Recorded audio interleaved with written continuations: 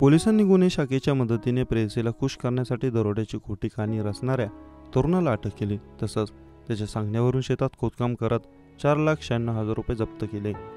ही अजब घटना इटवामधून समोर आली. इटवाचे वरिष्ठ पोलीस अधीक्षक संजय कुमार यांनी सांगितलं की दरोड्याची माहिती मिळताच इटवाची गुन्हे शाखा आणि फ्रेंड्स कॉलनी पोलिसांनी संयुक्तपणे या संपूर्ण प्रकरणाचा तपास केला.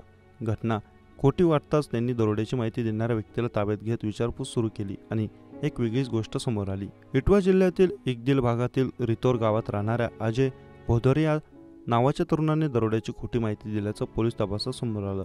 यानंतर अजयला अटक करण्यात आली. अजयच्या ताब्यातून 4,96,000 रुपयेही जप्त करण्यात आले. दरोड्याची खोटी कहाणी मांडणारा अजय भोदरिया हा तरुण एका ई कार्ड कंपनीत कॅश कलेक्टर म्हणून कामाला होता. 28 जून रोजी दुपारी डायल 112 वरून फ्रेंड्स कॉलनी पोलीस ठाण्याला मिळालेल्या माहितीनुसार असं म्हटलं गेलं की इकदिल पोलीस स्टेशन हद्दीतील रहिवासी अजय भदौरिया याच्यासोबत ही घटना घडली. तो माहेरा रेल्वे क्रॉसिंग पुलावरून जात असताना मोटरसायकलवरून आलेल्या 2 अज्ञात तरुणांनी त्याची नोटांची भरलेली बॅग हिसकावून घेतली. पोलीस अधीक्षक संजय कुमार यांनी सांगितलं की माहिती मिळताच फ्रेंड्स कॉलनी पोलीस स्टेशनचे प्रभारी निरीक्षक घटनास्थळी गेले आणि फिर्यादीकडून चौकशी केली. यावेळी तो ई कार्ड कंपनीकडून कॅश नेण्याचं काम करतो असं सांगण्यात आलं.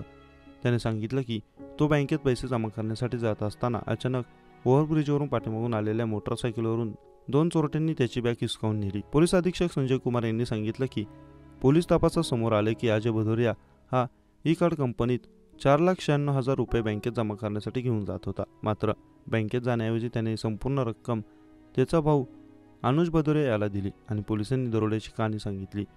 या आधारे अजय भदौरिया विरुद्ध फ्रेंड्स कॉलनी पोलीस ठाण्यात कलम 406 अन्वये गुन्हा दाखल करण्यात आला आहे.